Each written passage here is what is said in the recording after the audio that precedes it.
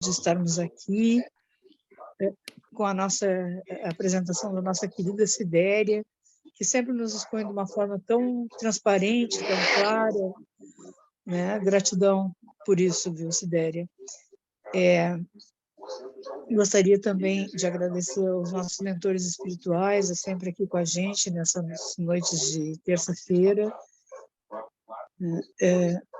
E eu queria, hoje em especial, fazer que essa prece se estendesse a todos os moradores de rua, tá? Porque parece que cada vez o número é maior, e também aos animais, porque parece que cada vez também é maior o número de abandono.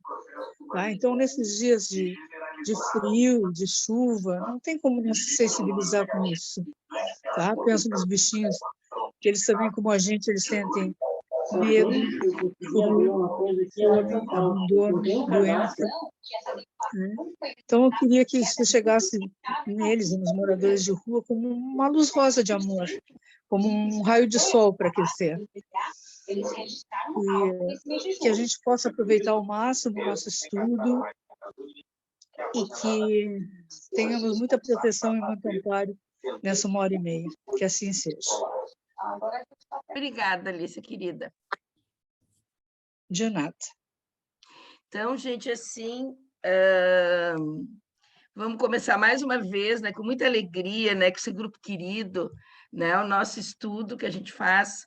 Eu estava conversando para quem chegou depois, né, gente, que assim, dessa reunião que a gente teve, também teve uma reunião da Mi Brasil, né, e o pessoal da Mi Brasil faz parte até das regras da gente estudar os livros da série André Luiz, né, e que coisa boa, a gente estava comentando como a gente tem aprendido nesses estudos, né, porque é muito bom a gente poder assistir lives e aulas, mas como a gente tem refletido, né, bastante nesses estudos, né, os últimos da Sidéria mesmo, né, foram bem bons, a gente reflete, a gente estuda, e eu acho que é uma coisa muito boa, né, da gente poder fazer. Então, vamos desfrutar mais desse momento legal, né? A Sidéria vai hoje, ela é o capítulo 7 e 8, né? Para quem não veio da outra vez. Tinha ficado, depois a Sidéria vai nos localizar e a Sidéria nos conduz aí, tá, gente? Então, vamos lá, um bom estudo a todos nós, meus queridos. Então, boa noite para quem eu não vi ainda, não dei.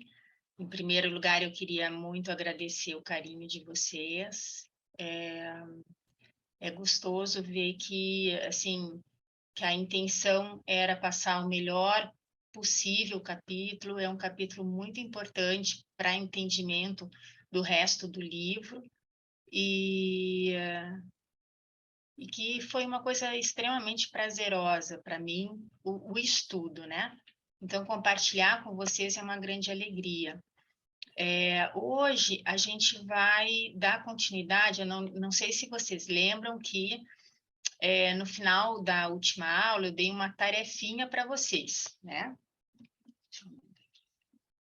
E que era ler, óbvio que eu não vou cobrar quem leu ou não, né? Mas era ler o capítulo, a página, deixa eu ver, a página 98, né? Se vocês estão com o livro aí, é legal, eu vou pôr aqui na tela, dá para compartilhar a tela? Dá?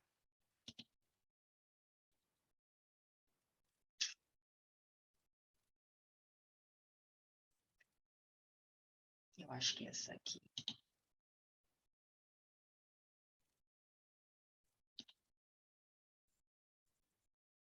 Vocês estão vendo? Está aparecendo na tela aparecendo segundo ensinamento, é isso? Está ótimo. Vamos lá para o capítulo que a gente está. Agora deu. Parou aqui. 8º ensinamento. Então, assim, só situando quem não acompanhou ainda ou não teve oportunidade de ver as outras aulas, a gente separou o capítulo por ensinamento. Então, em cada ensinamento, a gente falava alguma coisa ou citava o texto. Quando a gente pediu para ler, para vocês lerem a página 98, é porque aqui traz um tema que eu considero bem importante, porque ele traz um exemplo e ele explica como que funciona. E às vezes a gente, às vezes não, eu acho que a gente acaba não percebendo muitas coisas que a gente acaba repetindo e que poderia ser evitada essa repetição. Então, ele trata na página 98, o 8º ensinamento se chama, deixa eu só pegar aqui ele se chama circunstâncias reflexas. Então, eu coloquei aqui a parte onde ele vai estar abordando o que é essas circunstâncias reflexas. Diz assim: figuremos um homem acovardado diante da luta, perpetrando o suicídio aos 40 anos de idade no corpo físico. Esse homem penetra no mundo espiritual, sofrendo as consequências imediatas do gesto infeliz, gastando tempo mais ou menos longo, segundo os atenuantes e agravantes de sua deserção, para recompor as células do veículo perispirítico.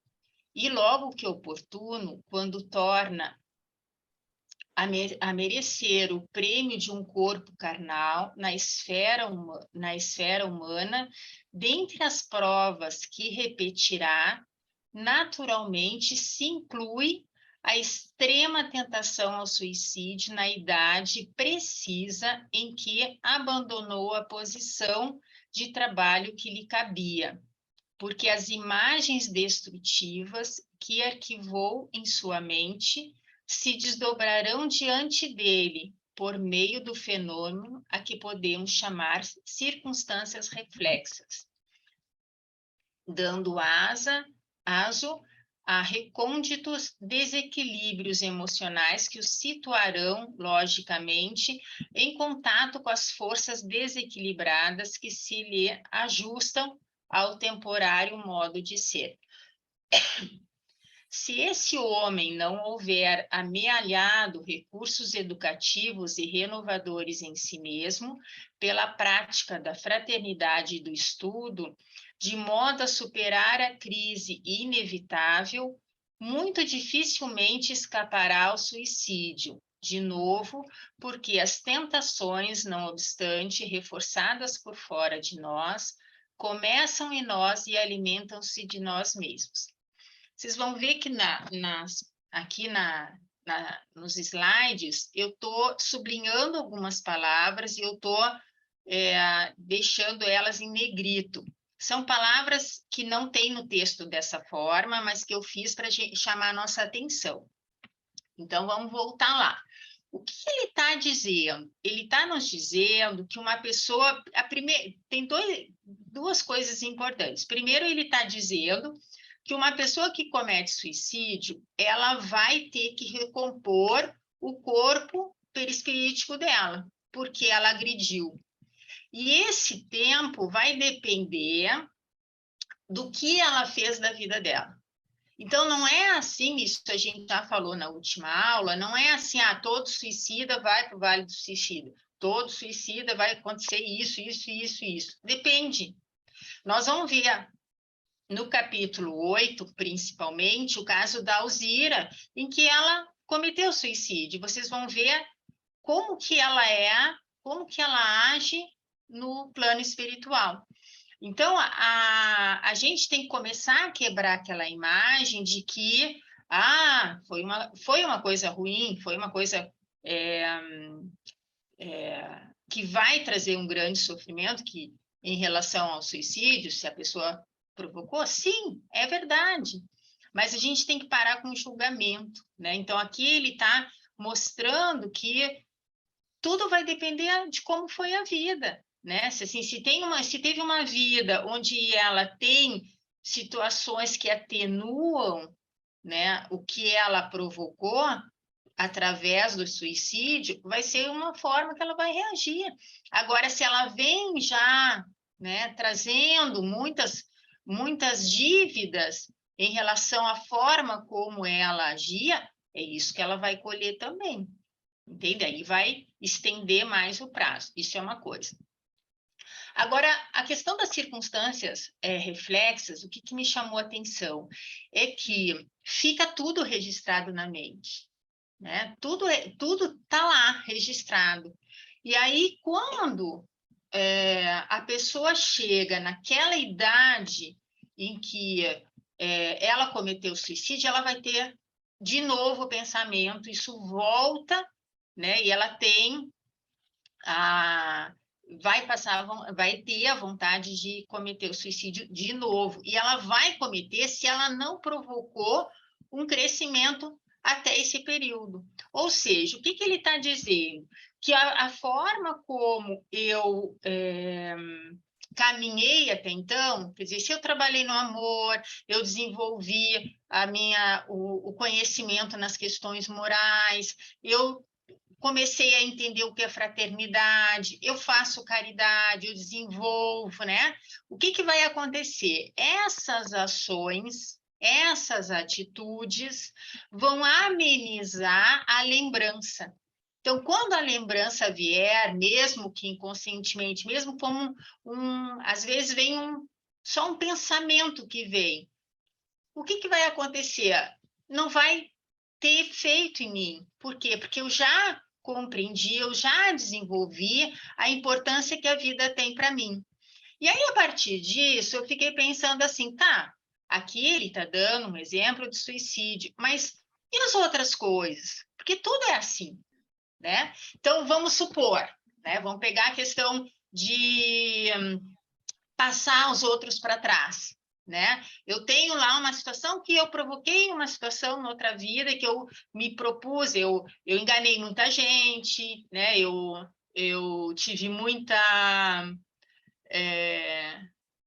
dinheiro à custa do que eu explorei os outros. Quando eu venho nessa vida, será que eu não passo por isso também? Né? Que não vai ter, né, nesse mesmo período, né? Claro, assim, o espírito ele não muda, né? Eu vou trazer as minhas lembranças passadas de alguma forma, mesmo que inconsciente, né? Então, só que o que me chamou a atenção é que isso vem à mente, né? Vem situações à minha mente que vão testar o quanto eu já cresci ou não. E o que vai me blindar isso vai ser o quanto eu trabalho para o bem comum, né? Vai ser o quanto eu trabalho no amor. Então, o resgate é eu me reeducar, me lapidar, desenvolver o amor, a caridade dentro de mim. Não sei se é isso que vocês entenderam, por isso que eu pedi para vocês darem uma lida, né? Se vocês entendem de outra forma, mas me veio muito isso na cabeça, assim, o quanto a gente alimenta em nós, e aí vocês vão ver no capítulo 8 também, quando Leonel vai falar, estou avançando, mas não tem como não avançar também, né?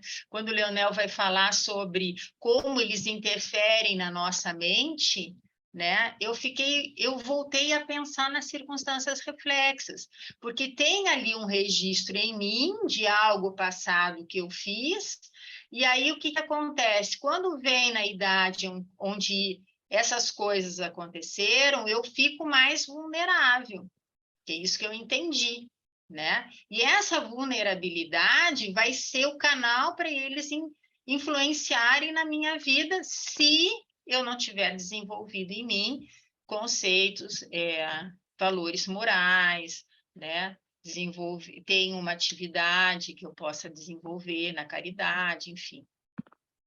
Sidéria, eu vou tentar contribuir, porque eu vou amanhã apresentar lá na casa que eu trabalho, que eu estudei capítulo 12, sobre caridade, item 13. Muito interessante, até quando que a gente lê, eu fiz um estudo bem grande, eu estudei José de Camargo, eu peguei 2 livros, Ceifas de Luz e Vinhas de Luz, do Chico de Xavier, que quando eu faço evangelho eu já aproveito para estudar, porque é uma maneira da gente crescer também, né? E muito interessante que ele fala na questão da caridade, quando se coloca aqui que tu vai fazer o bem, porque muitas vezes o que a gente acha? Lembrando a oração que a Alicia fez lá no início, né? Tem tantos mendigos, então, assim, muitas vezes a pessoa acha, bom, fazer caridade, eu vou lá, eu vou contribuir, né? 2, 3 vezes, né? Ou sei lá quantas vezes eu quiser, em algumas ocasiões eu vou ajudar aquele mendigo. Mas eles colocam de uma maneira muito mais ampla isso tudo. A caridade começa dentro de casa, né? Então, muitas das vezes, às vezes tu está num dia difícil, né? Então, assim, a paciência que a gente tem que ter com pessoas que às vezes despejam coisas em nós também, e tu já está num dia difícil, né? Na verdade, não sei se seria o calar, né? Mas a maneira que eles colocam assim, tu não receber, como já disse Chico Xavier, não receber ofensas e já ficar muito atacado com isso. Então, tipo assim, relevar, não seria dar segunda face, porque a gente não é Jesus Cristo. Né? A outra coisa também de tu no dia fazer uma boa ação, conversar. Eu sempre digo que essa pandemia, eu me noto no meu meio de trabalho, a gente se tornou muito ouvido, né? Da gente poder ter paciência de ouvir, porque o tempo da gente é uma coisa muito preciosa, então tu vai doar o que tu tem, né? Então, eu acho para a gente repensar como a gente pode fazer isso com facilidade no dia a dia, né? Não precisa fazer uma atividade grandiosa, né? Não, eu vou fazer isso, eu vou lá numa casa, vou doar horrores. Pode até fazer, tudo bem, né? Mas eles colocam bem assim que pode ter a ajuda material, mas essa ajuda que é das pequenas coisas e que às vezes isso vai nos causar crescimento, a gente pode fazer no dia a dia várias. Isso ele coloca como caridade. Eu achei tão legal isso aí, sabe? E aí fiquei pensando, será que eu estou conseguindo fazer isso no dia a dia? Né? Porque se a gente não está conseguindo, nós estamos repensar de como a gente pode melhorar isso. E cai exatamente nisso. Isso, com certeza, vai me ajudar noutra encarnação, noutra situação, né? Não na questão só do suicídio. Tantas outras, né, Sidélia? Sim. Ele traz a questão do suicídio aqui, mas, na verdade, eu vejo que isso é em tudo, né? É em tudo. E Chico Xavier uma vez colocou que assim, quando a gente estivesse entediado, né, que a gente fosse para a rua ajudar uma pessoa, né? E é mais ou menos isso, né? A gente estar junto, né? Estar junto, né? Isso me fez lembrar, assim, aqui eu estou falando com vocês, assim, a minha internet, que ela não é, assim, das melhores no Wi-Fi, né? E aí, quando surgiu a possibilidade da aula, eu disse, e agora, se cair, como é que eu faço, né? Eu vou ficar muito nervosa se cair, porque daí eu tenho que entrar de outro jeito, né? E aí, o meu filho me ofereceu o quarto dele para eu mexer pelo computador dele, porque é cabo, né? Então, eu estou falando com vocês, eu estou com duas telas enormes aqui na minha frente, né? E eu achei muito legal isso, né? E depois, assim, que vocês passam a aula, eles dão uma analisada para ver se eu fiquei bem, se eu não fiquei bem, o que tem que mudar, o que não tem que mudar, qual é a luz que tem que mudar ou não, né? Então, esse envolvimento, assim, eu acho bem legal, assim, né? E isso, assim, pode parecer bobo, pode ser, assim, que sentido faz, né? Vai aparecer para vocês, deve ser uma tela bem pequenininha, assim, que nem quase aparece, mas, assim, o legal é isso que tu fala, dessa relação, porque isso também é caridade, né? É estar junto, é estar com o outro, né? É pensar o que pode melhorar, o que não pode, enfim, né? Um contribuir com a caminhada do outro, independentemente da idade, né? Então, quando eu li essa parte das circunstâncias reflexas, foi isso que eu pensei, né? Que a gente tem que tomar o cuidado com o pensamento, né? O que é que vem no nosso pensamento? Só que quando a gente está trabalhando, a gente não tem muito o pensamento, e se tem, a gente não presta tanto atenção, né? Por quê? Porque a gente está envolvido em alguma coisa, né? Então, é isso que a gente tem que olhar em relação às circunstâncias reflexas, que vai vir, né? A gente não dá um salto na evolução, a gente vai mudando devagarinho, né? Quer dizer, se eu quero saber o que eu fui na outra vida, é muito simples, é só eu prestar atenção no meu pensamento, ele não mudou muito.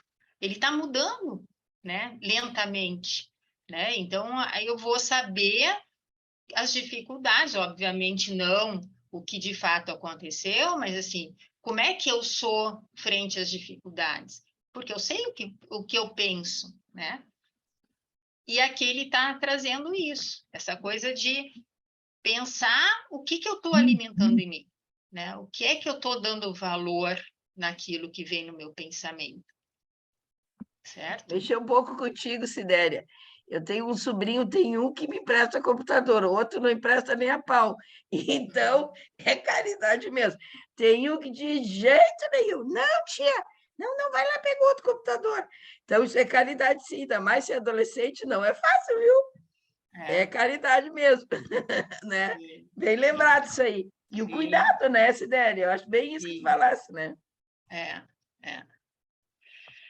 Então tá, gente. Então, dessa parte aí, alguém gostaria de falar sobre as circunstâncias? Então, assim, só reforçando, duas coisas em relação a circunstâncias reflexas. Primeiro, a fraternidade, né? Por quê? Porque a fraternidade nos ajuda a desligar das nossas dificuldades, né? E aceitar os desafios da vida, né? E o estudo. A gente precisa também estudar, né? Ou se estudar, né? Porque o estudo nos ajuda a nos lapidar e a desenvolver aquele orar e vigiar, né? Porque é eu prestar atenção naquilo que eu penso, né? No que eu vejo dentro de mim, orar enquanto internalização, e o vigiar é o que me circunda, né? Certo? Então, vamos em frente.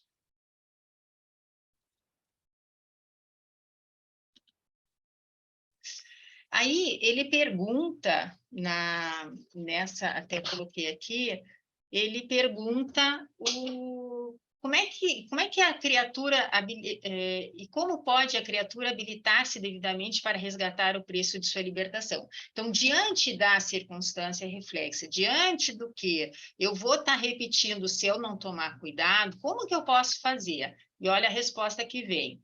Como qualquer devedor que de fato se empenhe na solução dos seus compromissos. De certo que o homem sumamente endividado precisa aceitar restrições no seu conforto para sanar seus débitos com as suas próprias economias. Em razão disso, não pode viver à farta, mas sim com abstinência e suor, de modo a libertar-se tão depressa quanto possível. Ou seja, a gente sabe como fazer. Se eu tiver um problema financeiro, o que eu vou fazer? Eu vou fechar todos os gastos, eu vou diminuir tudo que eu puder, né? Ou eu vou trabalhar mais, se tem a possibilidade de ganhar trabalhando mais, mas eu vou tomar uma atitude frente àquele problema que me apresentou. É isso que ele está dizendo. E aí, como é que a gente faz, então? A gente tem que tomar uma atitude. Como é que se toma uma atitude? É arregaçar as mangas e trabalhar. Né? Não basta a gente só estudar, a gente tem que trabalhar. Por isso que ali eu salientei a fraternidade e o estudo, porque as duas coisas precisam andar junto. Eu preciso estudar para melhor aproveitar o meu tempo, mas eu também preciso trabalhar a fraternidade em mim, né? Para que eu possa desenvolver e pôr em prática aquilo que eu aprendi no estudo. Certo? Alguma pergunta? Então, vamos em frente. Vocês podem me interromper se tiverem dúvida. Aí ele vem no nono ensinamento, ele vem trazer orientações para o resgate. Né? E ele vem comparando sempre nesse livro, eu acho que eu já coloquei antes, numa outra aula, ele vem sempre colocando, fazendo uma comparação com uma planta, com o cultivo de uma planta. E é isso que ele vai trazer nessa questão de agora. Ele diz assim, e quando a criatura não pode contar na infância ou na mocidade com preceptores afeiçoados ao bem, capazes de funcionar como lavradores diligentes junto daqueles que recomeçam a luta humana? Sem dúvida, ponderou o ministro, a meninice e a juventude são as épocas mais adequadas à construção da fortaleza moral com que a alma encarnada deve tecer gradativamente a coroa da vitória que lhe cabe atingir. Entretanto, é imperioso entender que, no espírito consciente, a vontade simboliza o lavrador a que nos reportamos e o adubo, a irrigação e a poda constituem um serviço incessante a que deve consagrar-se nossa vontade na recomposição de nossos próprios destinos. Isso está na página 99. Tá? O que me chamou a atenção aqui? Né? Claro que uma criança bem amada, ela vai ter uma resposta. Mas eu achei interessante ele responder que o espírito consciente, ele vai usar a vontade, ele ser o labrador, né? Daí eu fiquei pensando, tá, mas somos todos endividados, somos todos aqui ainda em processo de despertamento, né? E como é que fica isso? E aí me veio assim, bom, é por isso que a gente tem que desenvolver a fraternidade. Por quê? Porque aquela criança que ela não é acolhida pelos pais, ela pode ser acolhida por uma professora, por um vizinho, uma vizinha, por alguém próximo a ela, que vai dar o suporte, a identificação, para que ela possa achar os recursos dentro dela para lidar com a própria existência. Então, vejam a importância que o estudo tem para a nossa evolução, nós enquanto sociedade. Porque o estudo é o desenvolvimento da fraternidade. Porque na medida em que eu estudo, eu sei que não adianta eu melhorar se ao meu redor as coisas não melhoram, né? E eu tenho que estar atenta a essas pessoas que estão à minha volta, no que eu vou aprender com elas e o que eu posso ensinar a elas, né? Tanto dentro da minha casa, como na vizinhança, no meu trabalho, aonde eu andar. O nosso campo de trabalho é tudo, em qualquer lugar, em qualquer momento. Às vezes é num supermercado, às vezes é numa farmácia, às vezes é na rua, quando a gente senta na rua para descansar um pouco numa cadeira, né? Na Praça Coronel Pedro Osório aí de vocês, para tomar um chimarrão. Às vezes, sentando ali, já é uma beleza, né? Ou no Laranjal, quem mora no Laranjal. Né? Então, é todo momento. Né? Então, ali, quando ele fala do espírito consciente, sim, sem dúvida nenhuma, ele vai fazer algo para mudar a realidade. Mas quem ainda não é consciente, a gente pode ajudar, sim. Né? Sermos pessoas ativas no bem social, né? No bem de todos.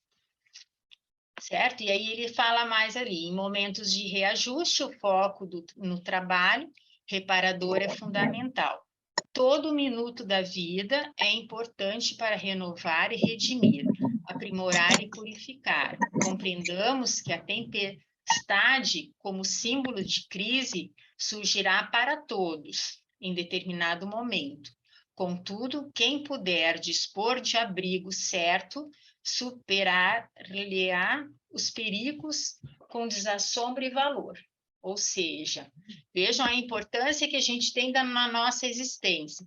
Todo mundo vai passar por algum tipo de dificuldade, todo mundo, né? E a gente tem que aproveitar as experiências que a gente vai ter, não como um castigo, não como uma coisa, ai, por que aconteceu comigo, eu sou a vítima, não. O que eu posso tirar de aprendizado disso que está acontecendo comigo? Né? O que eu posso aprender com isso? Então, todo momento, a gente, claro, que quando a gente está passando eu digo pelo furacão, a gente não vai perceber isso, né? Mas entendendo que alguém vai se aproximar da gente, alguém vai segurar a nossa mão, alguém vai nos dar um colo, né? E a gente tem que estar aberto. E entender que, por mais que a gente passe dificuldades, a existência é uma escola, é como uma escola. E na escola existem provas, existem exames, que para algumas pessoas é muito difícil, é complicado, gira uma ansiedade muito grande, e para outras não. Para outras é simplesmente uma tarefa, algo a mais que precisa fazer e mostrar. A escolha de cada um, como eu vou aproveitar minha existência. Queria lembrar uma coisinha aqui, Sidéria, não sei quem está aqui conseguiu assistir aquela exposição do Durgante, que eu achei maravilhosa. Né? Gostei muito, eu tenho acompanhado muito a evolução do Durgante, né? Aquele que falou, ele trabalha muito com essa questão, ele é geriatra, né? porque essa questão de espiritualidade no idoso, ele falou uma coisa muito importante que tu colocasse ali, é bom a gente sempre lembrar. Porque, claro, ele, como ele disse, ele trata muito de gente de idade, com pessoas, independente disso, né? Não tem a ver, envelhecimento já começa lá, o nascimento, né? Como ele falou, a gente nasce já está envelhecendo, né? Mas ele falou uma coisa muito importante que eu gravei: não existem vítimas, né?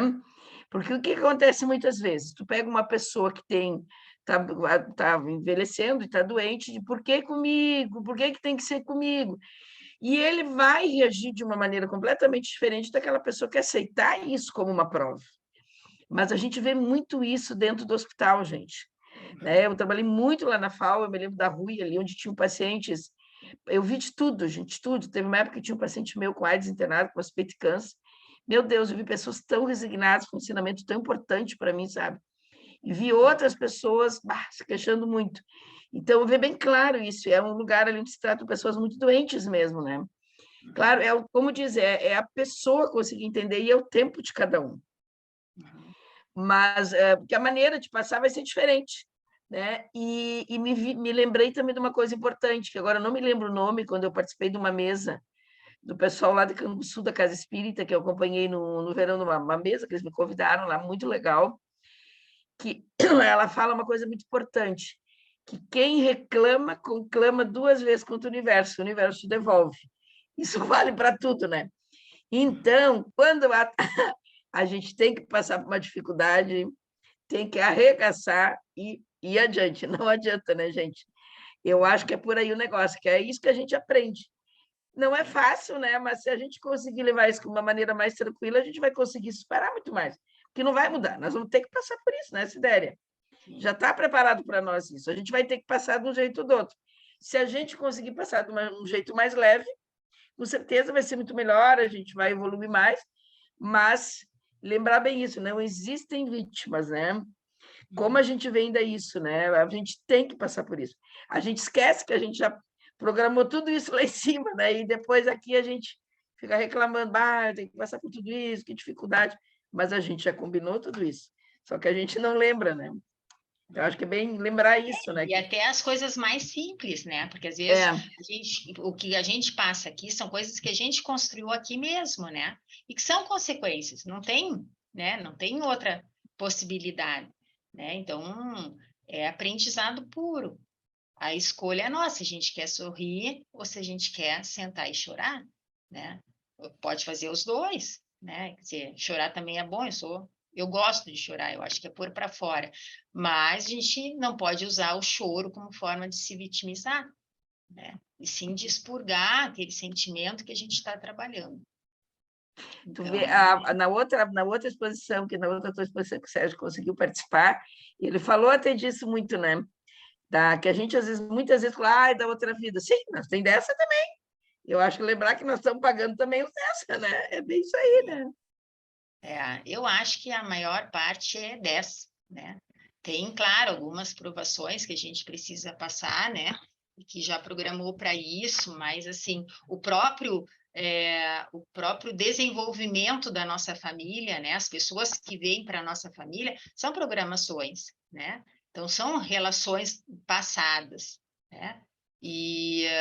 Mas a relação que eu vou ter com elas vai ser construída dessa relação de hoje, né? Porque se eu respondo com amor para essa criança que vem através de mim, né? Ela vai responder diferente. Ela pode ter sido alguém que no passado teve uma grande desavença comigo, mas na medida em que ela é amada, ela se transforma. A gente vê isso em mesa mediúnica, né? Quando a gente trabalha, que a gente conversa com o espírito, quando ele se sente amado, ele muda, né? Ele passa a ouvir, né? Porque o amor ele transforma, mas tem que ser aquela coisa que vem de dentro, né?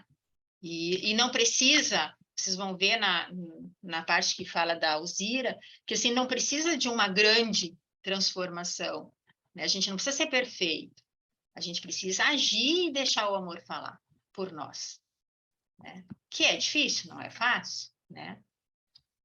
Exige muito. Eu penso muito também que a gente, como profissional de saúde, é como se a gente tivesse é um catalisador para evoluir, se a gente quiser usar para o bem. Porque lidar com o sofrimento do outro, a gente aprende muito mais do que qualquer outra coisa, né? Então é como se quando acho que a gente vem com esse processo reencarnatório, com a responsabilidade de lidar com a vida de outro irmão nosso, a gente vem com a possibilidade de desenvolver tanto a questão moralidade, como a questão afetiva, como a questão de altruísmo, como a questão de fraternidade, de uma maneira tão intensa, que é no momento mais difícil, que é na hora da dor e da vida, né? Daquela linha muito tênue, né, entre saúde e doença. Então, assim, cada vez mais é aquela história dos 10 mandamentos, né, que a doutora Marlene recebeu na psicografia de Bezerra de Menezes, né, falando do médico espírita, que você lê aquilo e realmente, se os profissionais, eu digo assim, eu falo médico porque, assim, qualquer profissional de saúde, se o profissional realmente compreender a magnitude de transformação, principalmente dele, como pessoa, como aprendiz, que existe no trabalho, é uma coisa, assim, que é inexplicável. Agora, você realmente entender a sua profissão. Assim, eu digo assim, lógico, fora no seu ambiente de casa, lógico, no seu ambiente doméstico, onde tudo deve ser iniciado, né? Na educação dos filhos, no relacionamento com os pais, sabe? Mas como a gente agora, por exemplo, está falando desse contexto, né? E a gente está fazendo estudo num projeto de profissionais de saúde, né? Independente, se realmente os profissionais de saúde compreenderem a magnitude que a transformação que a profissão pode exercer para o outro, principalmente para nós, porque assim, eu lido muito com paciente grave, né? Eu estou fazendo agora pós-graduação em cuidados paliativos, então assim, eu sempre acho que é a espiritualidade me guiando para uma coisa que eu gosto de fazer. Aí terminou que eu cheguei agora, nesse ponto.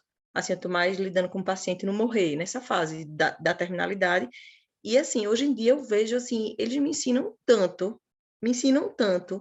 É uma coisa tão profunda esse momento de sofrimento deles, e como a doutora Vera disse, são grandes, são cada vida, cada experiência é única, e eles vivem esses sentimentos dele de uma maneira única, e você acha que você está ajudando, mas eles lhe ajudam infinitamente mais.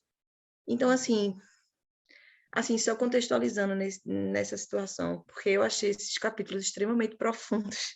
Eu li assim, meu Deus, eu chorei muito. Aí é tão profundo que você é capaz de ficar lendo a mesma página uns 10 minutos, né? Porque o livro André Luiz tem essa capacidade, né? De, eu acho que você não consegue terminar nunca, parece. Porque se você reler de novo, você vai ver mais profundidade. E, enfim, eu acho que é isso. Eita, desculpa, eu falei demais. Não, é isso mesmo, Isabela. Esse capítulo 7, eu acho que eu li umas 10 vezes, né, no mínimo. Né? E sempre quando eu lia, eu via alguma coisa assim, mas isso aqui é importante, como é que eu deixei passar isso aqui, que é tão importante? Né? E acho, assim, que vocês profissionais, eu sou profissional de saúde, mas, assim, né, lidando com o médico, lidando ali com a doença, né, é um desafio muito grande, né? Eu atendo vários médicos, assim, e estudantes de medicina, e eu vejo que é um sofrimento ali presente, né, que a gente tem que lidar. O que vocês não se dão conta é que, às vezes, o sorriso de vocês só o acolhimento de vocês já cura, né? O que precisa curar, que não necessariamente é a doença que a pessoa carrega, né?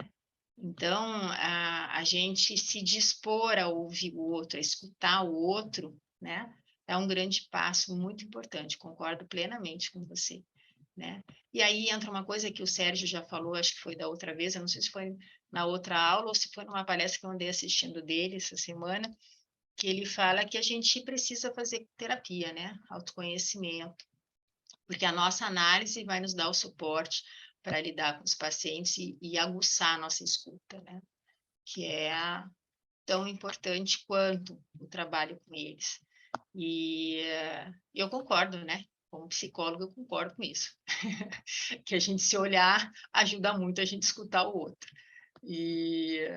Então, mas eu vejo, assim, eu admiro muito o trabalho de vocês e trabalho sempre no sentido de resgatar né? Essa escuta que vocês podem ter, porque é um sorriso só e já modifica toda uma vida, né? Não necessariamente a doença que vocês precisam tratar, né? Mas o espírito. Isabela, eu só vou falar rapidamente até para a Cidélia seguir o estudo, mas o que tu falou eu achei muito significativo, que eu não poderia deixar de comentar. Nós temos aqui um centro de estudo paliativos que é coordenado pela Julieta, tá? A Julieta, na verdade, a Julieta é nossa diretora aqui da faculdade, ela é coordenadora desse serviço fantástico. Eu tive a oportunidade, alguns tempos atrás, porque agora não estão mais atendendo, nós não estamos mais atendendo crianças com câncer aqui em Pelotas, mas muitas dessas crianças internaram lá na FAO, e eu tive a oportunidade de cuidar de muitas delas, né? E, na época, o pessoal da equipe estava a Cecília, a Juliana conhece, né? E, claro, algumas dificuldades, burocracia, algumas medicações, agora passaram a ser transferidos para Porto Alegre. Eu vou te dizer uma coisa, Isabela, foi assim, a fase que eu mais cresci na vida, sabe? E eu me lembro, assim, o quanto eu aprendi, e eu, assim, vejo claro para mim, que eu acho que é uma honra a gente cuidar de um paciente que está morrendo. Eu me senti honrada, né, da gente poder cuidar dessa pessoa até morrer, ainda mais uma criança, né? Aprendi tanto com essas crianças que eu tive possibilidade de cuidar, que veio o pessoal do paliativo, eu acompanhei, e foi uma coisa muito legal, assim, de crianças que estavam com câncer, e que eu entrava no quarto, e às vezes a gente tem aquele olhar de ver como é que a criança está. Eu já dava uma mãozinha e dizia assim, tia, não funciona, mas não pega mais aqui, estou com dor. Da gente ter esse olhar mais abrangente, sabe? Foi um grande ensinamento para mim, sabe? Um grande ensinamento. E eu vejo isso assim, quem trabalha com isso, e que bom que tu está conseguindo fazer isso, aprender, a gente cresce muito com isso. Eu me sinto muito honrada de poder cuidar de um paciente na hora da morte. E eu acho que assim, né, que eu me sinto como profissional. Claro, foi ao longo depois de muitas coisas que eu já vivi, né? Eu me lembro de uma vez que um paciente foi a óbito, e foi uma coisa assim muito forte, o pai saiu correndo do quarto, e simplesmente sentou no chão, gente, assim, sentou. Eu não consegui ver outra coisa a não ser sentar com ele. Sentei, peguei na mão e fiquei lá, não falei nada. Então, essas coisas, Isabela, é o que faz a gente crescer bastante, né? E muitos profissionais têm muito medo disso, porque não conseguem lidar com isso, né? E eu me lembro que o pessoal da enfermagem, com várias e várias situações, tinham crianças que ficavam convivendo mais e que se apegavam. Ai, Verinha, mas eu não consigo entrar lá. Mas aqui agora, mas aqui eu que estava cuidando, Verinha. Sim, mas que coisa boa que tu estava cuidando e tu vai estar lá na hora para poder cuidar dessa criança. Então, às vezes, as pessoas têm essa dificuldade, né, de poder ver o papel importante que a gente tem em poder cuidar dessa criança TI, né? E é um grande ensinamento. Que bom que tu está vivendo isso, viu, Isabela? Eu acho que isso é uma grande oportunidade para todos nós, como seres humanos, né? Que bom. Até depois eu vou passar para ti, vai ter, já que tu comentaste, vou colocar no grupo, tem um simpósio que vai ter em outubro, a Julieta, que ela está organizando sobre cuidados paliativos. Depois eu passo para vocês no grupo ali, tá, Isabela? Quem tiver interesse, eu passo para vocês daí, tá? Eu acho fantástico, na verdade, o que eu acho. Acho maravilhoso, né? Vocês sabem que eu tive um filho com câncer e ele sobreviveu, mas eu fiquei 10 meses dentro do hospital, né? De um hospital que só atendia câncer, né? Dentro da ala infantil. E eu acho que é um aprendizado para todos os lados, né? O aprendizado que a gente tem com as crianças é indescritível, indescritível, né? Então, eu admiro muito quem consegue trabalhar, né? Porque a gente tem que entender ainda mais com a visão espírita, né? Que a gente sabe que a vida continua, que ali está um espírito precisando trabalhar o seu melhoramento. Então, quando a gente tem essa compreensão, fica mais fácil até de lidar com a situação, né? Não tão pesada, mas sim, é mais fácil. Isabela, bem rapidinho, sabe que uma vez lá na UTI tinha uma criança que eu me apeguei tanto, que eu trabalhei muitos anos em UTI pediátrica, e tinha uma criança que estava teve um problema renal e realmente estava muito mal, teve um tumor, uma situação muito complicada. E tu sabe que eu vi que ele gostava de macaquinho.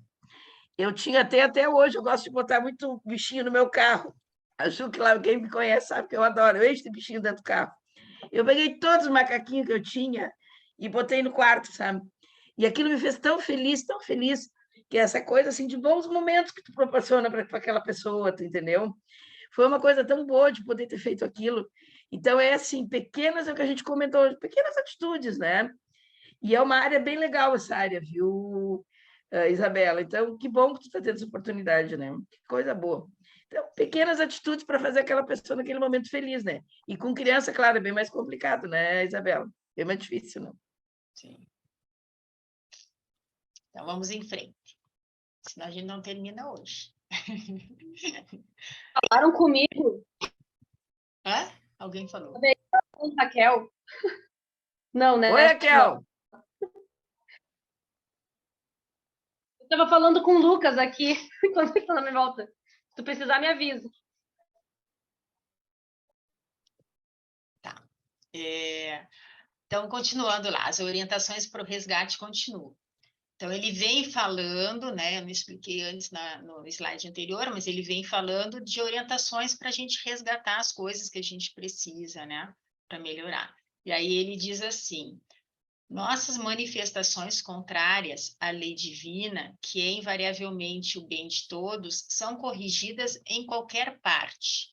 Isso eu achei bem legal, porque assim, a visão que assim, quando eu estudava no início, assim, quando eu comecei a estudar o Espiritismo, era de que a gente precisava estar aqui porque a gente só consegue aprender aqui, né? Provocar o nosso crescimento aqui. E ele está trazendo no livro que não, né? A gente aprende em qualquer lugar que a gente estiver, né? E aí ele diz: há por isso expiações no céu e na terra. Muitos desencarnados que se enleiam em desregramentos passionais até as raias do crime, mormente nos processos de obsessão, não obstante advertidos pela própria consciência e pelos avisos respeitáveis de instrutores benevolentes. Criam para si mesmos pesadas e aflitivas contas com a vida, cujo resgate lhes reclama luta e sacrifício em tempo longo. Isso está na página 100. Ele vai estar abordando, então, assim, que o resgate ele vai acontecer. E aí eu me lembrei que, assim, às vezes, o que a gente vê o relato numa mesa mediúnica?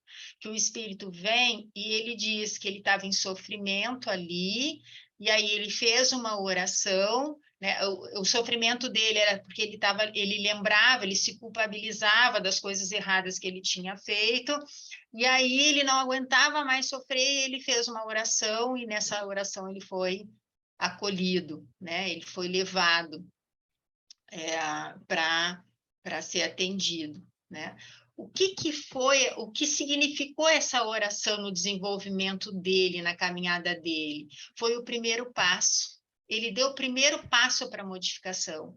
Então, quando ele faz a oração e ele pede do fundo do coração que realmente ele possa ser ajudado, que aquilo é sincero dentro dele e ele é resgatado, ali ele deu o primeiro passo e ali houve uma modificação. Ali ele lapidou o diamante dele. Né? Ali ele fez uma modificação de compreensão, que vai continuar dentro do trabalho que vai ser desenvolvido, porque daí ele é encaminhado, ele é tratado, ele vai para um estudo, né? E ele começa nessa caminhada no plano espiritual a fazer essa lapidação também lá, não é só aqui. A gente faz onde a gente estiver, né? Tanto que, eu não sei se é no próximo, né? Sim, é no próximo. Eu vou passar o próximo, porque o próximo ele vai completar isso aí que a gente está dizendo.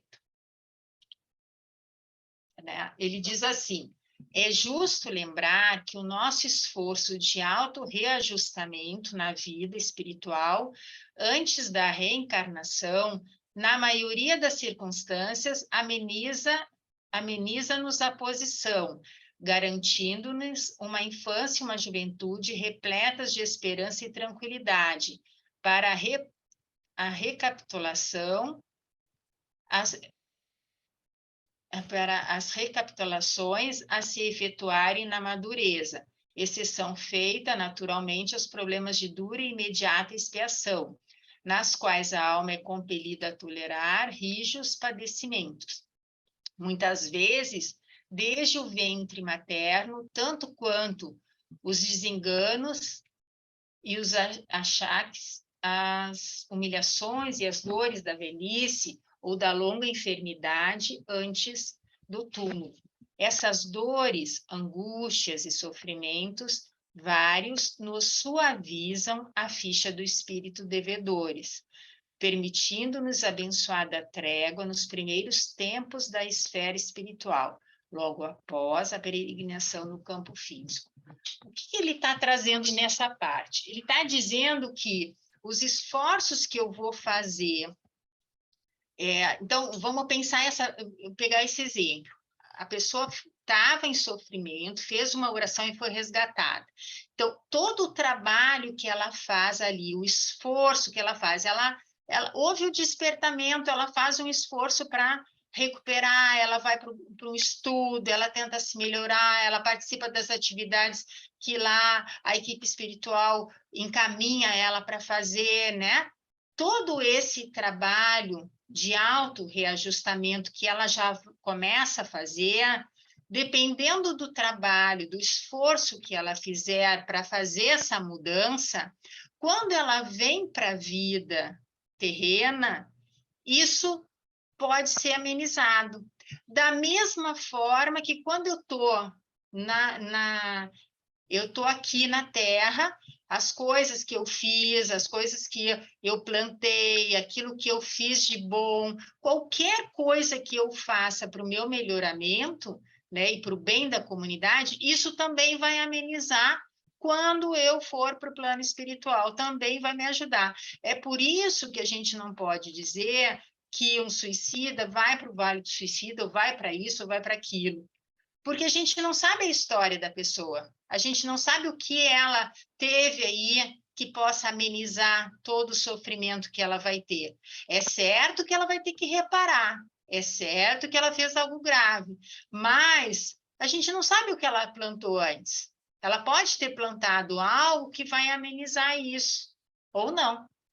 Entende? Então, o que ele está trazendo aqui é que isso é flexível, isso acontece nos dois lados. A gente vai avançar nos dois lados, entendeu? Essa é a parte que fala na página 100. Certo? Alguma pergunta? Isso acho que bem lembrado, que outra vez a gente discutiu também, fez parte também da discussão, essa questão do suicídio, que sempre tem aquela ideia, né? A gente até comentou, né? E acho que é bom até lembrar isso. Ah, não, mas a pessoa que cometeu suicídio vai passar lá, vai ficar muito... Não, é bem lembrado se tu colocasse. Ela pode ter feito muitas coisas boas ao redor de outras vidas e dessa. Então, não é exatamente aquela coisa que aquela doutrinação que tu colocasse, né? Porque não é nada exatamente determinismo. Não é nada, não quer dizer que vai ser sempre assim. Pode ser diferente, né? Se ela fez algumas coisas boas ao longo da vida, quantas coisas boas ela pode ter feito também? Ela, com certeza, ela vai ter bônus em relação a isso também, né? Eu acho que bem lembrado, isso é bem importante também, né? Ressaltar isso aí, né, Sidélia? Sim, assim, qualquer coisa vai contar, né? Tudo é computado, tudo que a gente pode, né? E aí, vamos voltar lá para a escola também, né? Quer dizer, quando a gente quer o desenvolvimento da criança, o que a gente faz? A gente valoriza qualquer atitude que ela faça em prol do crescimento dela, né? Então, é mais ou menos isso. Tudo vai ser valorizado, né? O que importa é o esforço que eu vou fazer, porque aquele esforço que eu vou fazer não vai me impedir, não vai me fazer com que eu não enfrente a justiça divina. Eu vou ter que reparar algo que eu fiz errado, e eu vou querer reparar na medida em que eu tenho consciência disso, né? Mas vai ser amenizado conforme as obras que eu vou desenvolvendo. Essa é a lógica dessa parte aqui, certo? Estamos quase no final, gente, pelo menos no capítulo 7. Continuando ainda nas orientações do resgate, na página 101, ele diz assim, ainda na página 101, ele mostra que todo idoso, que mesmo tendo uma mentalidade infantil e que busca nessa fase da vida algo que seja na religião ou em alguma atividade de caridade, ele se prepara para a passagem que todos faremos. Toda ação que desenvolvemos, por menor que seja ela, trará sempre algum benefício e aprendizado futuro. Ou seja, gente, qualquer momento da vida, vocês despertaram, tá ótimo. Não vão pensar no passado, né? Ah, mas eu podia ter lá na idade tal, ter feito tal coisa. Podia, mas não fez, né? Mas fez agora. Que bom que fez, antes tarde do que nunca. Né? A gente sempre pode aprender e todo momento é hora de aprender, inclusive na hora da morte.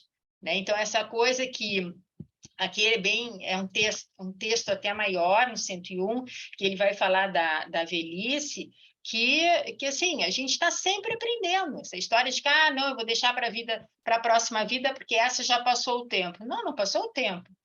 A vida continua, né? Quer dizer, aproveita agora os tempos que tu tem. Qual é o tempo que tu tem? Não sei, né? Que idade a gente vai morrer? Ninguém sabe. Então, aproveitar tudo que é possível a todo momento para a nossa regeneração. Certo? Sidéria, bem rapidinho até, né? Eu lembrando, né, que tu falaste na hora da morte, a Isabela Arieira, né, que trabalha ali no paliativo, que é enfermeira em serviço de referência, que eu estava comentando ali de cuidados paliativos, ela faz um trabalho fantástico com as pessoas em fase terminal e ela pede, inclusive, assim, para os familiares, né? Porque falou da religião, os que estão, não, eu vou me programar, que eu vou fazer a passagem, eu quero lá que esteja tudo bem, né? E ainda às vezes, aquela ideia que vai ser só depois do outro lado, que vai melhorar. E ela traça planos, mesmo quando esses pacientes estão em fase terminal. Acho que isso é importante. Então, assim, eles se aliam muito realmente à religião, independente qual seja, né? Mas eles traçam planos. E eles conseguem. Ela falou aqui numa aula para nós, tu não estava dando grupo, posso depois até te passar, porque essa aula ficou fantástica. Depois eu vou passar essa aula para vocês, viu, Isabela? Tu gosta muito disso. Porque ela traça planos, assim, da pessoa mesmo, assim, bom, já está em fase terminal e ele vai fazer plano. Eu quero fazer isso, isso, isso. Bom, quero ficar mais com o meu cachorro, quero, sei lá, fazer alguma coisa na escola. E ela consegue trabalhar isso em casa, ela faz trabalho, essa orientação domiciliar. Eu acho fantástico isso. Porque nós ainda, tu tá em fase terminal, mas tu pode fazer muita coisa ainda. No mínimo, como tu falou ali, de fazer coisas, se deve ser feliz, fazer o que ele gosta. E aí eu comecei a me lembrar agora de crianças lá em Porto Alegre, não me lembro qual é o lugar, que eles levam cachorro, quando as crianças estão mal, principalmente serviço de oncologia, Isabela, eles levam cachorro, entendeu? Eu acho tão legal isso, que por que a pessoa não pode ser feliz também? Não? Por que tem que pensar que vai ser feliz e vai traçar planos, né, para ser feliz antes de ir? Eu acho importante isso. E não ficar pensando que vai ser feliz. Eu acho fantástico isso. Né? Dá para ser feliz, dá para traçar um plano, né? Sim, sim. Esses dias, acho até que foi a mãe que postou na família um vídeo de uma senhora, né, falando sobre a velhice, em que ela disse que tem que viver o agora, não é nem o passado nem o futuro, é agora, né? E é isso, né? É agora. O meu momento é agora. Meu momento não é o passado nem o futuro, é agora. É agora que eu posso ser feliz, é agora que eu posso abraçar alguém. Mas eu fico pensando que eu posso perder, sei lá, a minha cachorra, ou a minha mãe, ou meu pai, né? Tá, pode, mas eles estão aqui agora, então curta, né? Curtir esse momento, né? Que é o único, né? Então, achei bem legal o vídeo que ele aborda isso, né? Né? Isso é a noção do tempo, né? Mas isso é assustador ao mesmo tempo, eu entendo isso, né? Porque é um descontrole, eu não posso controlar nada, eu tenho que viver, né? E o viver como se vive? Não sei se vive. Simples, né? Então, vamos ao último slide dessa parte, que é a 20. Esquecimento do passado. É a última. Diz assim, a questão é de tempo. À medida que nos demoramos aqui na organização perispirítica, no fiel cumprimento de nossas obrigações para com a lei, mais se nos dilata o poder mnemônico. Avançando em lucidez, abarcamos mais amplos domínios da memória. Assim é que, depois de largos anos em serviço nas zonas espirituais da Terra, entramos espontaneamente na faixa de recordações menos felizes, identificando novas extensões de nosso karma ou de nossa conta. E, embora sejamos reconhecidos a benevolência dos instrutores e amigos que nos perdoam o passado menos digno, jamais condescendemos com as nossas próprias fraquezas. E, por isso, vemo-nos impelidos a solicitar das autoridades superiores novas reencarnações difíceis e proveitosas, que nos reeduquem ou nos aproximem da redenção necessária. Está na página 101. Sabe uma coisa aqui? Eu acho que eu tinha escolhido uma pergunta.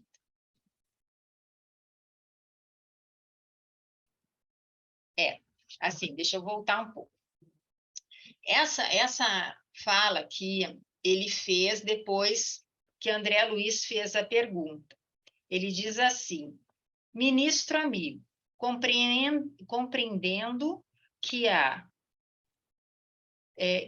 dívidas que, por sua natureza e extensão, exigem de nós várias existências ou romagens na carne terrestre para o respectivo resgate, como apreciá-las do ponto de vista da memória? Sinto, por exemplo, que tenho na retaguarda imensos débitos para ressarcir, dos quais não me lembro agora. Então, vejam, né? O que ele está dizendo aqui? Que ele não lembra as coisas que ele passa, ele é espírito e ele não está lembrando, né? E aí a resposta vem, avançando em lucidez, abarcamos mais amplos domínios da memória. Então, na medida em que eu vou me despertando, em que eu vou acordando, é que eu vou lembrando. Então, essa história que depois, não, quando eu morrer, eu vou lembrar de tudo que eu fiz, ou vai vir todas as memórias na minha cabeça. Não, não é assim que funciona. Elas vão vir conforme o meu adiantamento, conforme a minha possibilidade de compreender aquilo. E aí, eu vou pedir licença, porque, assim, no livro do Cérebro Triuno, eu lembrei que o Sérgio, numa outra... O Sérgio não está aí, né? Não, né? Não, hoje ele até me disse que ele não ia conseguir, porque ele tem... Hoje acho que a aula, alguma coisa assim. Eu não enxergo todo mundo, por isso que eu perguntei. Não, hoje ele não está. Então, eu lembro de uma fala do Sérgio em que ele fala em que ele falava um pouco disso, e aí eu fui atrás para ver aonde estava. Então, no livro, se vocês estão aí com o Cérebro Triuno, na página 478, tem 78 e 479, diz assim, se não contássemos com esse sistema mental de amortecimento ou esquecimento emocional do passado, impossível seria aprender em novas experiências, porque a força magnética do pretérito é forte o suficiente para impedir novos avanços. Então, é como se a gente ficasse em choque. A gente fica em choque, porque, assim, vem tudo na cabeça. Imaginem a situação, né? Vem tudo na cabeça de vocês, de coisas que vocês fizeram que precisam rever. Se você não tem uma boa estrutura, uma compreensão, uma lucidez, né, que possa entender isso, isso vai chocar vocês e vai paralisar. Mais adiante ele coloca, se na reencarnação, aí ele está falando reencarnação, né? Se na reencarnação estivéssemos na posse absoluta das cargas emocionais, dos dramas e vivências passadas, isso seria intoxicante para o psiquismo. E seria mesmo, se a gente começa a lembrar, a gente entra em choque, né? É claro que quando a gente morre, o que acontece? A gente vai ter uma percepção um pouco diferente do que a gente tem aqui. A gente tem o limite do corpo. Então, a nossa compreensão agora é em decorrência do limite do corpo. Então, claro, ele está falando aqui da reencarnação no livro, né? Mas vale a pena ler toda essa parte aqui, viu, gente? Não vou ler porque não é o assunto. Mas, assim, o que a gente tem que entender é que quando houver o desencarne, que a gente tenha uma compreensão maior, claro que a gente vai ter uma compreensão maior, mas a gente não vai ter a compreensão do todo. A gente vai ter alguma coisa do todo, né? E espíritos que são mais elevados, que já têm uma caminhada bem maior na nossa frente, eles também não vão lembrar. Eles também não lembram de tudo. Eles vão lembrando conforme o crescimento que eles vão tendo. Compreendem isso? E além de tudo, né, Sidéria, já tem isso em várias passagens do Evangelho segundo o Espiritismo. Isso, na verdade, também é uma bondade divina conosco, porque tu imagina tu lembrar de uma pessoa, a gente colocando assim, entrando na época romana, né? Quantas pessoas mesmo foram assassinadas com aquelas togas que eram puxadas, quantas mortes, assim, na verdade, violentas. Assim, imagina tu saber que tu fez isso, que sofrimento vai ser para tu seguir a tua vida, tu não vai conseguir, né? Eu acho bem legal isso aqui, até vou voltar a ler de novo essa parte aqui, Sidéria, que bom que tu te desse conta, eu acho que é bem legal para a gente complementar. Né? E tem mais um pouco ali, na outra página, tem mais um pouco também, é bem interessante que ele vai estar colocando ali. E é isso. Quer dizer, isso é misericórdia divina, para que a gente possa avançar, porque senão a gente paralisa. Então, veja assim, ó, que tudo no universo, ele está estruturado para que a gente possa sempre crescer. Nada é para o nosso prejuízo, nada. Né? A gente é que tem uma compreensão tão pequena e faz uma análise errada, mas tudo, nós estamos muito bem assessorados, nós não estamos sozinhos, por mais que a gente sinta muitas vezes desamparados, né? A gente sempre tem à volta espíritos que vão estar nos ajudando, mesmo que a gente não tenha alguém da nossa família, né? E existem relatos, eu já escutei relatos de dos espíritos dizerem assim que quando a gente está, por exemplo, numa situação de desespero, sozinha, se sentindo desamparada e que faz uma oração, que à nossa volta estão os espíritos ali para nos ajudar. Eles estão ali querendo nos ajudar. Existem familiares nossos ali, todos reunidos fazendo oração, mas como a gente está em desespero, a gente não percebe, a gente não sente, né? Então, é esse desenvolvimento interno que a gente precisa fazer para a gente lidar com os sofrimentos que a gente vai encontrando na vida, para lapidar eles, para eles não serem tão difíceis, né? Um professor de educação física que eu acompanho, ele faz o exercício e ele diz assim, sorria quando faz o exercício. Eu fico pensando, gente, como é que vai? Eu sou muito sedentária, assim, né? Eu tenho tentado desenvolver mais a ginástica em mim. E aí eu fico pensando, não, mas vamos sorrir, realmente tem que sorrir. Está doendo, mas vamos sorrir, né? Mas pensando nisso enquanto existência, é isso.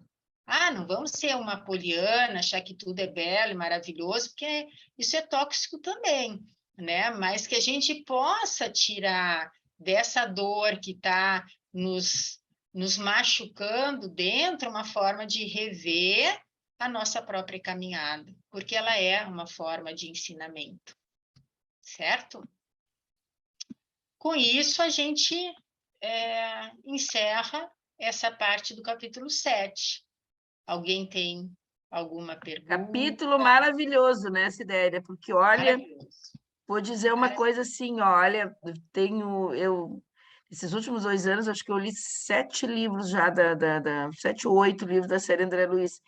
mas, assim, assim, ele não coloca só conversa entre as pessoas, ele faz reflexões muito importantes. Eu gostei muito do Mensageiro da Luz, que nós estudamos, da Missionários da Luz, que a gente estudou no ano passado, mas esse realmente, este capítulo foi, assim, sensacional. Sim. E eu lembro que eu te falei esses dias, Sidéria, eu acho que isso aí, teus grupos de estudo fizessem uma apresentação tão boa e tão didática que eu acho que é importante poder repassar para as outras pessoas, que ficou muito bom, viu? Obrigada.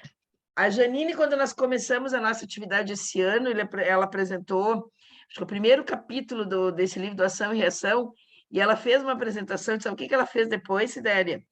Ela apresentou para o pessoal do Brasil, ela apresentou, acho que em outros locais, foi bem legal, sabe? Porque eu acho que são coisas tão importantes que tu pode aproveitar até para outra situação, né, Sidéria? Eu achei fantástica a tua apresentação. Sim. E esse capítulo se propõe a isso, né? Se propõe a isso, É. sem dúvida. Ele tem vários assuntos aqui que dá para aprofundar mais ainda, né? Abrir mais. Mas achei bem importante, assim, me identifiquei com o capítulo, né? Com esse 7. E aí tem... E coisas que a gente pode usar para o dia a dia da gente, né? Olha quantos exemplos aqui, né? Exatamente. Exatamente. E aí temos o capítulo 8 agora, né? A gente tem 15 minutos. Deixa eu passar para vocês. O capítulo 8, confesso para vocês que me deu um pouco mais de trabalho, porque não é muito o meu perfil contar muito uma história. Então, eu tentei... Eu fiz assim, eu peguei um apanhado do que ele trata e depois eu fui para os ensinamentos. Então, vamos lá. O que ele vai tratar no capítulo 8? A história passada é a seguinte, isso é retratado no capítulo 3, né, já foi estudado no capítulo 3, na página 43, para quem quiser rever a história. Então, o que acontece? Nós vamos tratar da história do Antônio Olímpio. Antônio Olímpio, ele, depois da morte do pai, ele decidiu matar seus irmãos mais novos. Eles eram em 3 irmãos, ele era o mais velho, e ele matou Clarindo e Leonel, né? Porque estes irmãos pensavam diferente dele em relação à herança, e ele não quis dividir a herança, porque ele tinha planos de ter mais e mais e mais dinheiro. Isso vocês vão ver no capítulo 3, que ele conta no capítulo 3. O que é importante aqui saber, né? Que antes do fechamento do inventário, ele convidou os irmãos para um passeio de barco, após eles tomarem um licor entorpecente e os afogou. Então, a partir daí, Antônio se tornou um homem bem rico e bem prestigiado na sociedade. Antônio foi casado com Alzira e teve um filho chamado Luís, que herdou tudo dos pais. A história atual, como é que é? Eu botei história atual, mas assim, que ele está tratando no livro, tá? Antônio sofre com remorso e a culpa. Quando desencarnou, foi perseguido e torturado pelos 2 irmãos por 20 anos. E em seu pensamento, ele vê e ouve cenas, até hoje, no caso, né, até na situação do livro, vê e ouve a cena do barco em que matou os irmãos. Então, assim, ele está naquela fase em que ele se culpa, ele se arrepende do que ele fez, e aí ele vê as cenas. Então, ele morreu, ele morreu... ficou 20 anos, né, depois que morreu com os irmãos, e aí ele foi resgatado. Hoje ele está na casa, a Mansão da Paz. Com a morte dos cunhados, Alzira, que era casada com Antônio, sofreu perseguição de ambos, e aí ela desenvolveu uma depressão profunda, levando-a ao suicídio, quando o filho tinha por volta de 6 anos, no mesmo lago em que eles foram mortos. Antônio ficou vivo por mais 15 anos, até diz aqui, ele diz que Antônio viveu por mais 3 lustros, né? 3 lustros, um lustro é um período de 5 anos, então por isso que eu botei 15 anos. Antônio viveu por 15 anos e após sua morte o filho Luís herdou tudo. E desde então sofreu as influências dos tios, né, dos dois. Alzira auxiliará o resgate de todos, tá? Então esse é só um apanhado para a gente poder entender a história, tá? Por que os tios conseguiram influenciar o sobrinho, Luís? E aí, na página 104, ele vai trazer isso, né? Luís, cujo espírito se afinava com os antigos sentimentos paternos, apegando-se aos lucros materiais exagerados, informou-nos a interlocutora, que no caso quem estava contando isso era a Alzira, tá? Sofria tremenda obsessão no próprio lar, sob teimosa vigilância dos tios desencarnados, que lhe acalentavam a mesquinhez. Detinha larga fortuna, sem aplicá-la em coisa alguma. Enamorara-se do ouro com extremada volúpia. Submetia a esposa e os 2 filhinhos às mais duras necessidades, receosos... Só um momento. Receosos de perder os haveres que tudo fazia por defender e multiplicar. Clarindo e Leonel, não satisfeitos com se viciarem a mente, conduziram para a fazenda usurário e tiranos rurais desencarnados, cujos pensamentos ainda se enrodilhavam na riqueza terrestre para lhe agravarem a sovinice. Então, assim, por que ele foi influenciado? Porque ele tinha no pensamento, né? Se ele fosse uma pessoa diferente, né, que não fosse ligado tanto ao pai, mas ligado mais à mãe, talvez ele não tivesse sido influenciado como ele foi influenciado aqui, né? Daí eu me fiz essa pergunta, assim, será que se a mãe tivesse tido mais tempo com ele, porque ela morreu quando ele tinha em torno de 6 anos, né? Será que ela teria conseguido mudar, né, esse jeito de ser dele, né? Vejam a importância que a gente tem na educação dos filhos, né? Nos valores que a gente vai passar para os filhos. Porque por mais que o Antônio, por exemplo, não tivesse conversado, que eu acho muito improvável, com o Luís sobre isso, ele acaba seguindo o pai, né? Os mesmos valores que o pai tinha, né? E por conta disso, acabou tendo a influência que teve. E aí, o que ele faz? Ele faz sofrer a esposa e os filhos, né? Porque ele acaba se fechando, né? Não saindo, não... é contra a educação, ele não se envolve na sociedade, né? Então, ele se fecha só no dinheiro, só no dinheiro, só no dinheiro. E, claro, sobre a influência dos tios, que para auxiliar melhor, né, nessa influência, o que ele faz? Eles levam espíritos que não tinham nada a ver com Luís, não tinham dívidas passadas, nada, mas ele leva para a casa do Luís espíritos que pensam na mesma faixa vibratória, para manter aquela mesma atitude que o Luís estava tendo em relação ao dinheiro, para ele não ter a oportunidade de sair.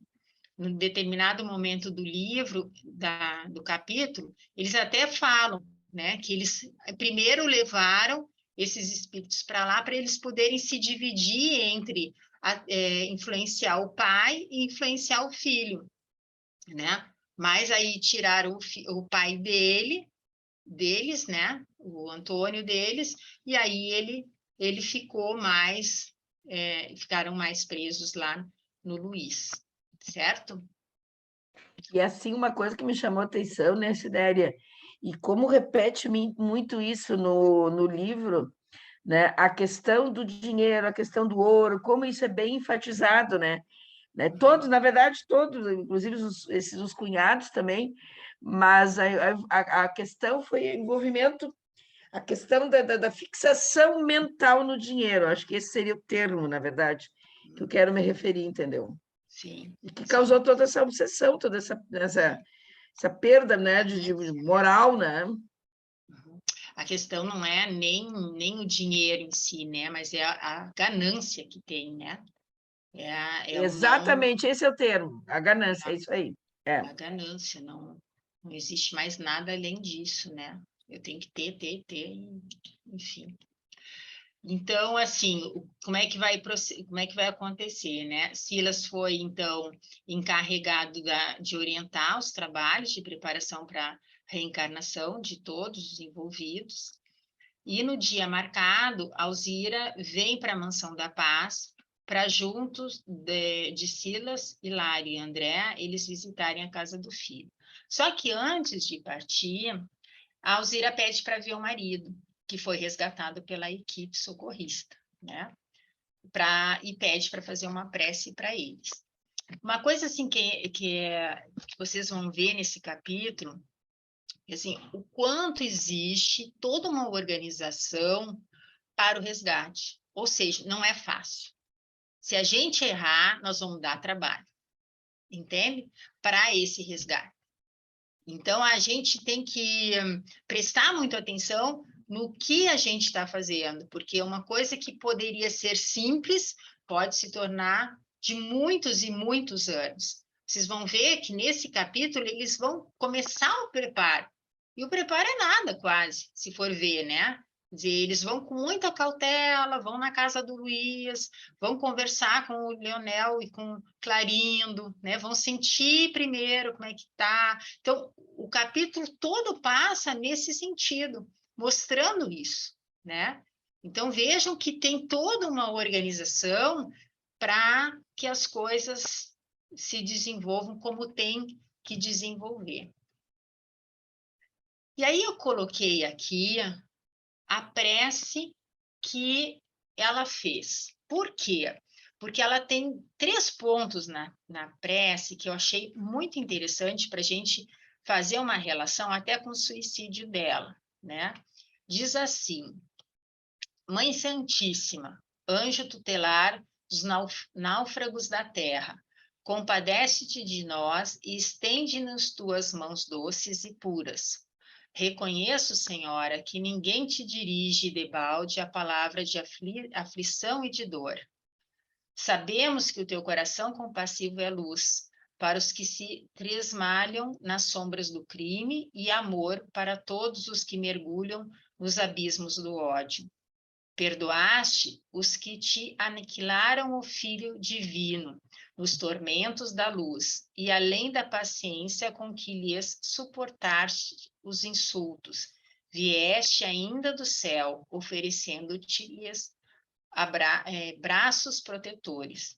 Mãe bondosa, tu que ergues os caídos de tantas gerações terrenas e que saras piedosamente as feridas de quantos se petrificaram na crueldade, lança caridoso olhar sobre nós, meu esposo e eu, jungidos às consequências do duplo homicídio que nos fazem sangrar os corações. Eu e ele estamos enovelados nas teias do nosso delito, embora estivesse ele sem mim nas águas fatídicas, enquanto nossos irmãos experimentavam a asfixia mortal. Partilho-lhe as responsabilidades e identifico-me associada ao crime também eu. Meu esposo, mãe do céu, devia ter o coração envolvido em pesadas nuvens quando se desvairou na estranha deliberação que nos chagou as consciências. Para os outros, poderá ele ter tido como um impenitente que se apropriou de recursos alheios, infligindo a morte aos próprios irmãos, menos para meu filho e para mim, que lhe recebemos os maiores testemunhos de amor. Para outros, será réu diante da lei. Para nós, porém, É o companheiro e amigo fiel. Para os outros, parecerá um egoísta sem direito à remissão, mas para nós é o benfeitor que nos assistiu na terra com imensurável ternura. Como não ser egoísta e criminosa? Também eu, mãe querida, se lhe usufruí os bens e me alimentei do carinho de seu coração, como não ser igualmente responsável na culpa, se toda a culpa dele se prendia ao propósito, embora louco, de assegurar-me superioridade em minha condição de mulher e de mãe? Advoga-nos a causa mediadora celeste. Faze-nos voltar juntos à carne, em que delinquimos, para que possamos expiar nossos erros. Concede-me a graça de segui-lo, como servidora contente e agradecida, religada, a quem devo tanta felicidade. Reúne-nos novamente no mundo e auxilia-nos a devolver com lealdade e valor aquilo que roubamos. Não permitas, anjo divino, que venhamos a sonhar com o céu, antes de resgatar nossas contas na terra, e ajuda-nos a aceitar dignamente a dor que reedifica e salva. Mãe, atendê-nos. Estrela de nossa vida, arranca-nos da escuridão do vale da morte. Essa mensagem tá na página 105.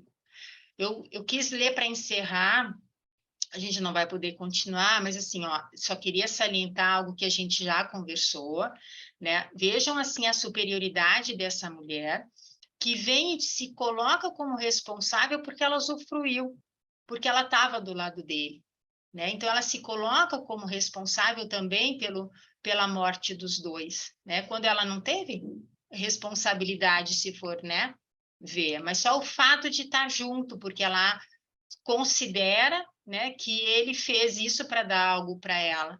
Então ela acaba sendo coparticipante, né? Ela se coloca como, né? E então, por mais que ela não soubesse, e aí eu fico pensando, como pode uma pessoa que chega num momento de grande dor, né? Porque ela desenvolve uma depressão profunda, de um momento de grande dor acabar com a morte, quando passa para o plano espiritual, obviamente depois de um tempo, né? Depois de se recuperar, ela passa a pensar dessa forma e a irradiar tanta luz, né?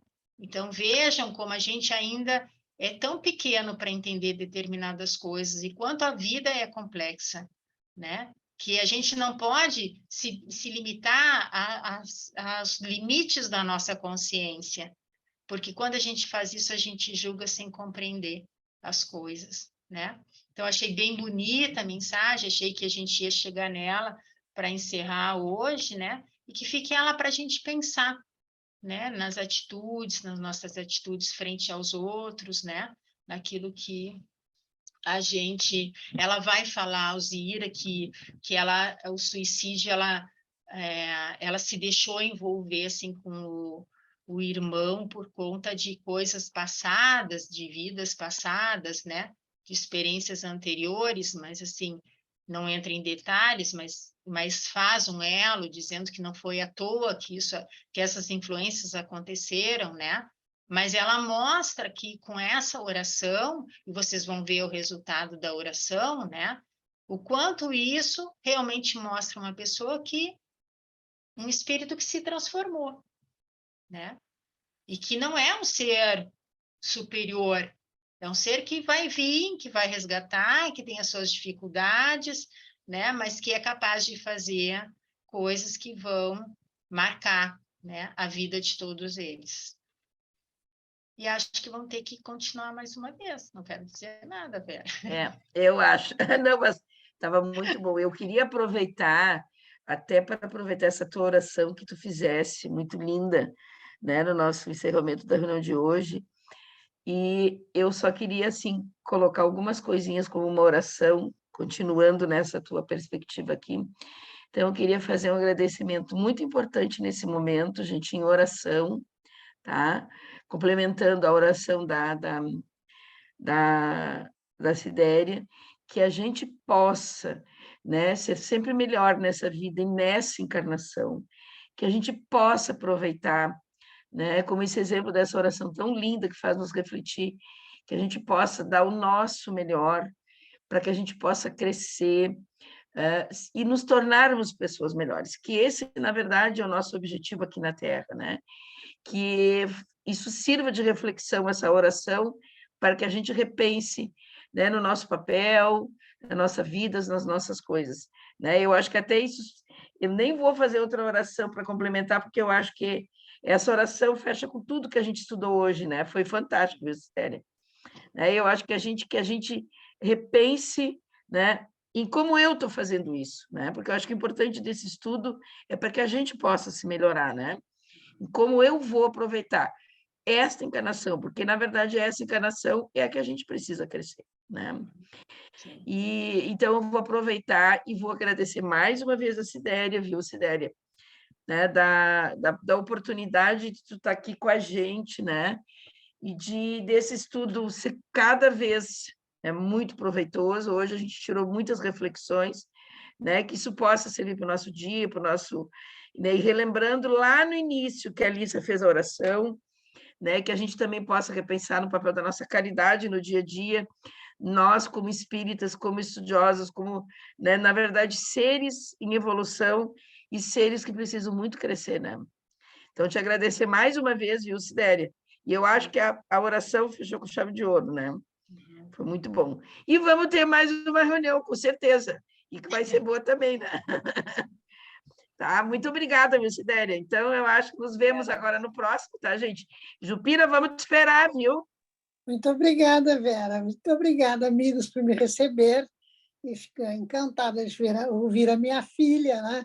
E realmente eu botei aí uma mensagenzinha para os profissionais da saúde, que vocês são os anjos de Deus, viu? Vocês trazem a mensagem de Deus até todos nós, principalmente quando estamos doentes, né? E eu passei pelo meu esposo, quando ele desencarnou, e tinha a médica dele era uma menina que nem você, Isabela, linda assim, e ele se apaixonou por ela. Então, ele dizia que quando ela entrava no quarto, ele dizia assim, a luz entrou no meu quarto. E ela abraçava ele, inclusive, nos dois últimos dias, ele estava lá só para tomar medicação, para não ter dor, e ela abriu a família entrar do jeito que quisesse, todos os filhos entraram, e ela ia lá só para abraçar ele. Ela foi maravilhosa. Ela é uma oncologista, né? Então, quis colocar isso para vocês, que a gente é agradecido e que Deus abençoe todos vocês, sempre com muito amor. Obrigada, Vera. Obrigada. Essas, viu, Jupira? Isso aí tu me fez me lembrar do evento que eu participei em Porto Alegre, do Encontrame. Gente, que eu me emocionei muito quando uma pessoa que teve contaminado com Covid levantou. Eu me segurei para não chorar, que eu vi que a Isabela está muito emocionada também. Né? E que bom quando a gente pode chorar, acho que faz tão bem para a gente, né? É verdade. E essa pessoa que teve Covid, a gente levantou na plateia e fez um agradecimento assim, público. Gente, foi tão emocionante. Ai, me segurei assim. Então, a gente não se dá conta, né? Eu atendi tantas crianças com Covid agora, né? A gente lá no início, o medo desesperado que a gente tinha, depois a gente foi aprendendo na verdade, sair desse medo. Na verdade, eu venci esse medo. A Juliana passou por isso também, né, Juliana? A gente que trabalha no hospital, dizer que a gente não teve medo é mentira, né? Depois a gente foi se acostumando, foi perdendo. E é bem isso, viu, Jupira? Essa questão do olhar que tu falasse, então, o papel do profissional, às vezes, é pouca coisa, como tu falasse, eu acho que é bem lembrado. Um olhar, uma palavra, um toque de mão. Às vezes, tu fizer só isso, tu ajuda horrores do paciente. Então, que bom que a gente saiba da importância do nosso papel. Isso significa, né, gente, Sidéria, não é o médico, são todos profissionais. É o enfermeiro, o médico, o pessoal da limpeza, que às vezes entra, dá uma atenção. Tudo bem? Como é que a senhora passou? Às vezes a pessoa passou a noite toda ali, né, ali no hospital. Então, quer dizer, isso é bem legal da gente poder repensar e da gente seguir fazendo isso cada vez mais. Isso é muito importante, né, gente? Verdade. E que bom que essa pessoa te ajudou. Que coisa boa, né, Jupira, né? É uma médica maravilhosa. Ela foi assim, excelente para a nossa família, nos deixou confortado, né, Sidéria? Foi Sim. maravilhosa, linda que foi. Eu ia falar dela. Janinho, um abraço aí, Janinho. Fundamental. E quando esse rapaz agradeceu, gente, que teve, assim, e era um dos palestrantes, sabia? Ele falou e ele se emocionou, e ele agradeceu todos os médicos. Assim, nos mobilizou muito, e é bem isso, a gente às vezes faz as coisas, né? Todo dia a gente não se dá conta do nosso papel, né, gente? Como é importante isso, né? Na verdade, também, ela foi maravilhosa, foi, mas, como você falou, toda a equipe ali no hospital, as enfermeiras, tinha um rapaz que foi no enterro dele e chorava, que era o fisioterapeuta, porque foram maravilhosos conosco, toda a equipe, assim, muito boa. Nós que coisa boa, né? Oi, Janine. A Janine chegou depois, aí, mas chegou. Eu Queria deixar o meu também. grande abraço para a Jupira, porque tu sabes que eu amo toda a tua família. E nós também chamamos. Que e coisa Sérgio boa. Também. Tudo bem, mas que coisa Eu vi boa quando a esses dois Sidéria entrou. jovenzinhos aí se namorando. Que legal. Quanto tempo, coisa boa. Quando eu te vi, eu digo, ai, meu Deus, meu coração pulou. Ai, a Sidéria é tão calma, tão tranquila, tão clara, que coisa mais linda, que amor. Que bom, vocês transmitem tudo isso para a gente, esses grupos de estudos são maravilhosos. Gente, vocês não podem parar com esses estudos online, porque isso faz muito bem para quem não pode ir, viu? É mesmo, como é bom, olha quanta coisa saiu hoje, né? Eu vou depois botar no grupo desse paliativo, viu, Isabelle, quem tiver interesse. Tá, muito bom, muito obrigada. Que bom que tu entrasse, Janine, coisa boa. Um abraço para todos, Deus abençoe. Vamos te esperar no próximo, tá, Jupira? Sim, se Deus quiser. Eu já pedi autorização, porque eu faço